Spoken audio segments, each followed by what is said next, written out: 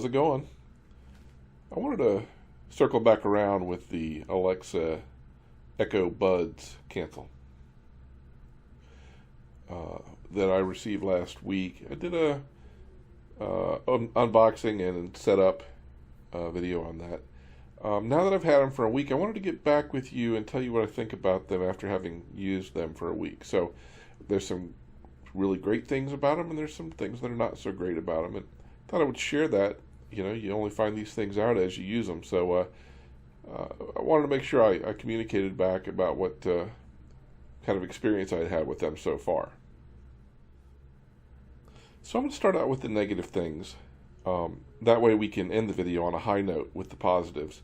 But there's quite a number of things that I really didn't like about them, I'll be honest. First of all, earbuds for me are very situational in use. I can't use them in the car. I can't use them. I can use them while I work, I suppose. But I spend a good amount of time on the phone and interacting with people, and I just can't be walking around my office all day with earbuds on. Now, there are moments probably when, I could be writing a paper or something and listening to music. That would be fine.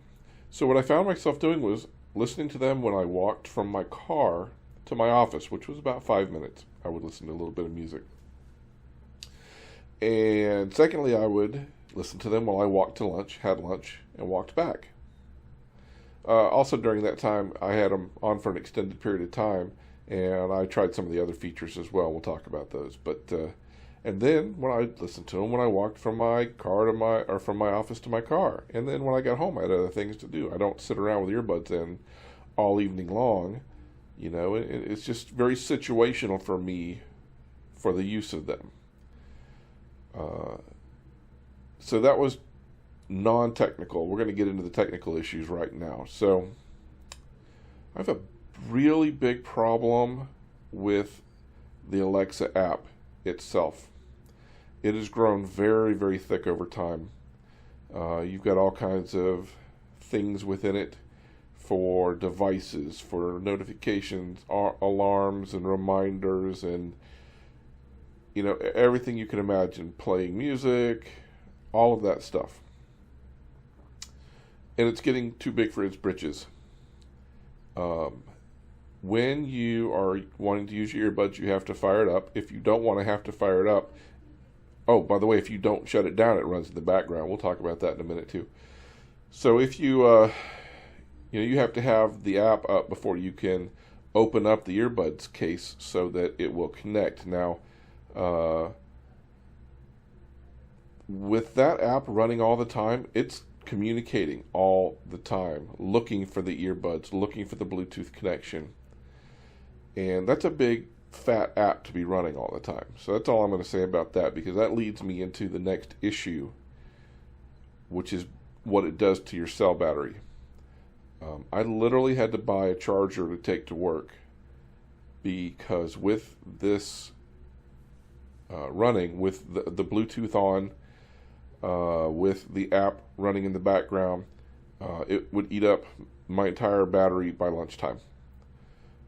So I would have to go into the phone and shut off Bluetooth, make sure I had to force stop the app, because there's no real way to make it not be working. It's always in the background running in order to preserve the battery on my phone. And there's another issue with that as well, having to do force stops on the client, because it's a little buggy.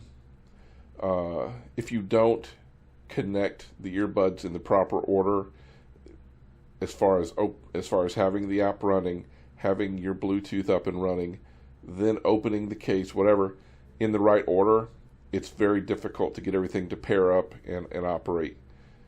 So that was very frustrating. But in addition to that, the client's a little buggy. If you look at it, let me bring up my phone here.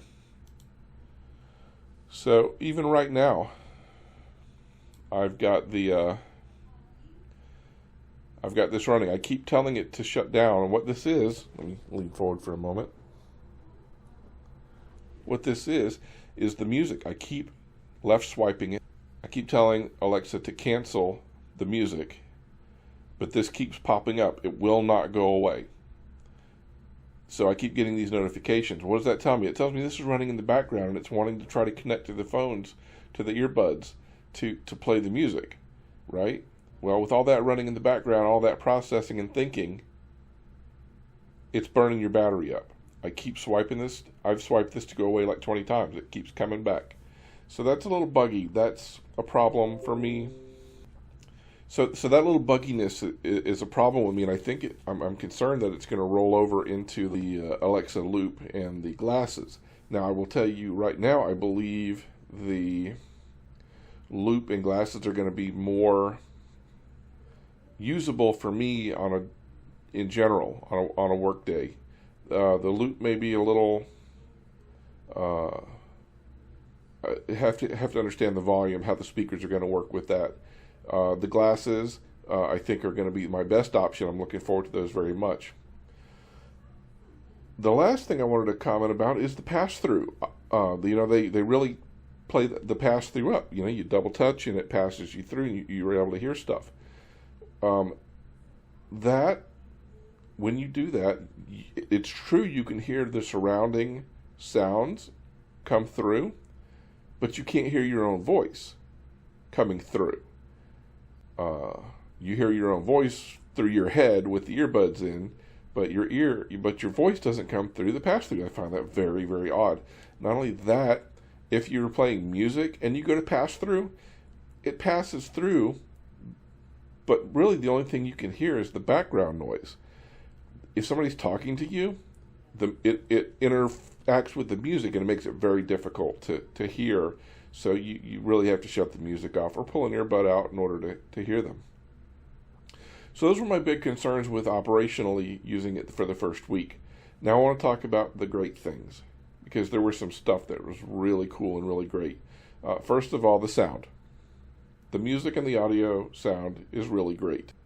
I enjoyed listening to my 80s rock. It was amazing. So no more needs to be said about that. Their partnership with Bose paid off on that. Specific Alexa interactions worked well. Setting reminders, creating appointments and to-do lists, and adding things to the grocery list, and Alexa-related things worked perfectly as they should be expected to. The earbuds were comfortable to wear. The parts that connect to your ears weren't causing me any problems with rashes or anything like that, and they're comfortable and they're not too heavy, so I didn't have any problem with that whatsoever. Although the longest I did wear them was about 30 or 40 minutes. If I were to wear them for 4 hours, which I can't foresee me ever doing, might be a problem. The batteries for the earbuds themselves. Now, we contrast that with the battery of the phone, which is really the processor for these. The batteries for the earbuds, never had a problem with them. I had the case fully charged. I never used them more than 30 or 40 minutes at a pop during the day. Put them back in the case when I wasn't using them, and they recharged. Never, ever did I have a problem with batteries. One of the things that I found surprisingly good and thought was really cool was the SMS text functioning. I was testing it out, and as I was walking to lunch, I sent a text message. And not only does it send the text message, it records your voice and sends that link to the other person so they can click on the link and actually hear your voice making the message. How many times do we have misunderstandings due to flat text messages that come across? The issue always seems to be you don't understand the context. You can't see people's facial expressions and things like that. The fact that you can hear the tone of voice and the way that the text was presented, I think is pretty cool. So that was good. And the one thing I think was the best about the whole thing, now of course this goes hand in hand with the audio. I made some phone calls from it while I was walking to lunch. One to my boss, one to my girlfriend. Both of them said it sounded great. They sounded great. As a hands-free phone system, it works very, very well. So there are a lot of things that I liked about them, and to be honest, the earbuds themselves performed. It's the app I'm having an issue with. And that's fixable. Amazon, you could fix that. You should fix that. So maybe you should have a suite of applications broken up into smaller chunks that perform certain functions. Maybe that might be better than having one monolithic app. That's a thought for you.